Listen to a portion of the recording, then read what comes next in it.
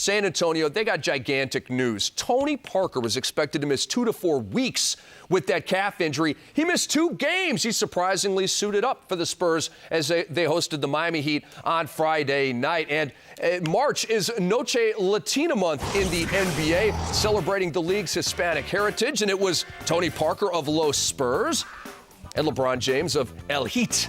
And this is an elite matchup. Yes, this is. And you talk about the Spurs, the Heat.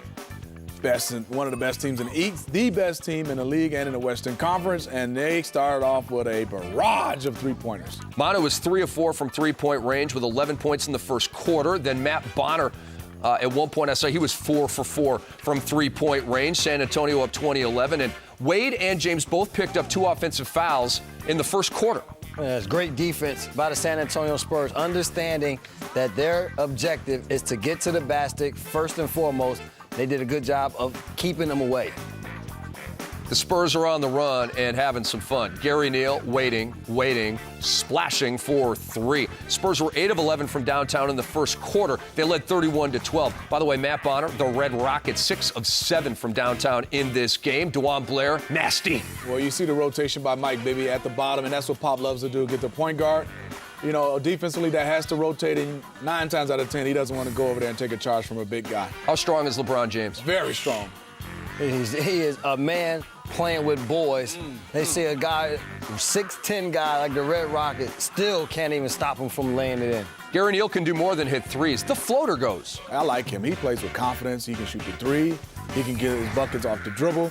Nice find by the Spurs with Gary Neal. Spurs were up 12 at halftime. Here is Tony Parker laying it in. Parker had 15 points and 8 assists. He's such a stud. 20-point lead for the Spurs and more Tony Parker. Tony Parker, he's out and running. That's a layup. Spurs up 82-58. Brevin, more Tony Parker. Hey, listen, he is the best finisher amongst point guards in the paint, showing why.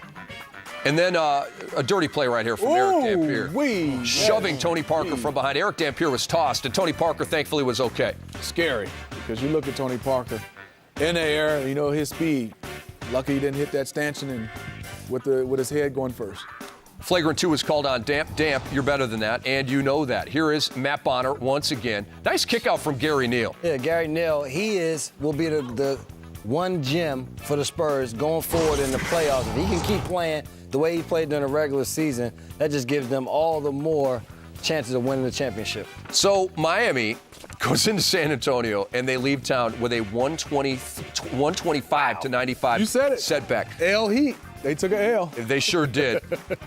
It was a season high in points for the Spurs. They set a franchise record with 17 three-pointers, made LeBron James 2 of 15 on three-pointers in his last 5 games. Miami is 1-4 over that stretch. Miami's lost 3 games in a row, and this was their worst loss of the season. Let's hear some post-game sound. We played well tonight. The ball movement was great, and everybody shot the ball well. Hit a lot of threes, so we played well. Not just a lot of threes. Matt Bonner hit 6. I think as a team you guys hit 17. What impact did the 3-ball have? He was open all the time, so that's what they give us tonight. And our shooters, they knock down shots.